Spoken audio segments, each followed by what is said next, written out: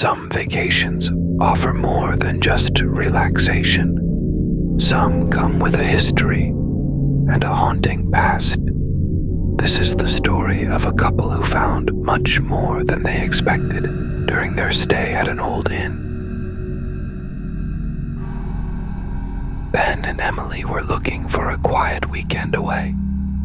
They had found a charming old inn perched on a hill overlooking a small, forgotten town.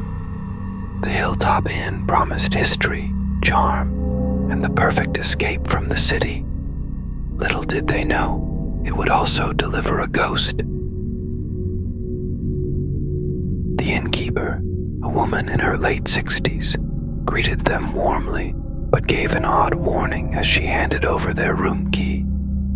Room 7 is special. Don't worry if you hear things at night.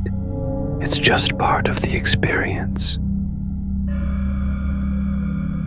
They laughed it off, assuming she was playing into the haunted reputation of the inn. After all, many old places had ghost stories attached to them. But that first night, things felt different. That night, as they settled into bed, Emily woke up suddenly.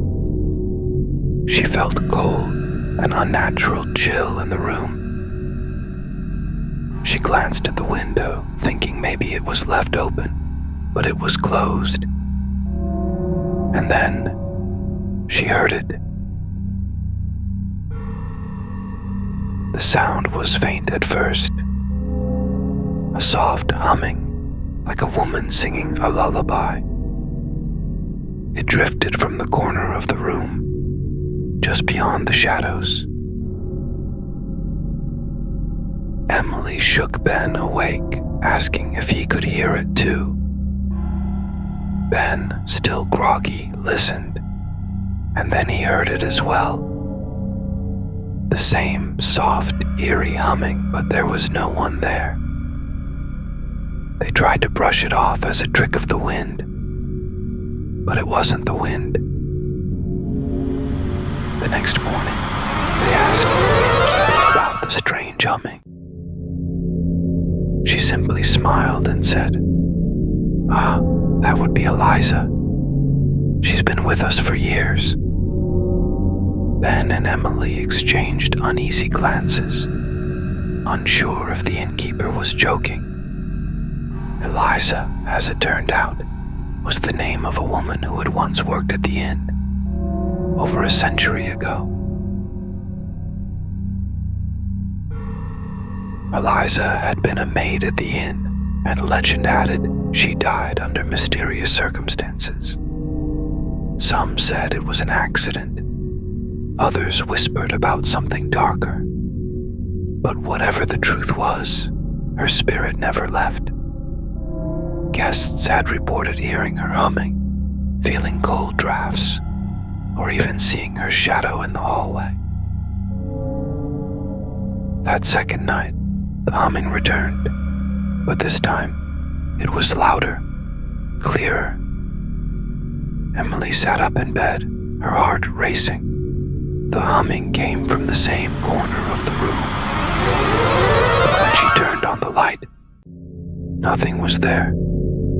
The air grew colder, and suddenly, the door to their room creaked open on its own. Ben jumped up, rushing to close the door. But as he reached for it, the humming stopped.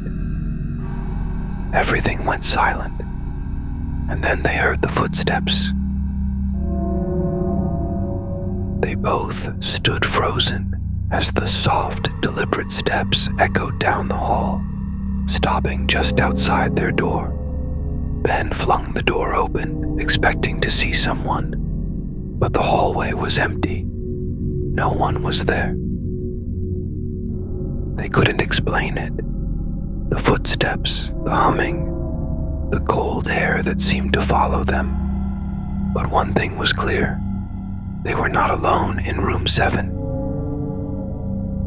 The next morning, they decided to cut their trip short.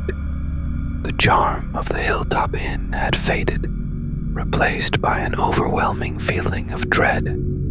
As they packed, Emily glanced at the corner where the humming had come from, half expecting to see a shadow. And just as they left the room, they heard it one last time, the soft humming following them as they walked down the hall. Some places hold onto their past and the spirits that dwell there. Room 7 is just one of those places. So, if you ever find yourself at the Hilltop Inn and you hear a soft humming in the night, just remember it might be Eliza watching you, waiting for you to hear her song.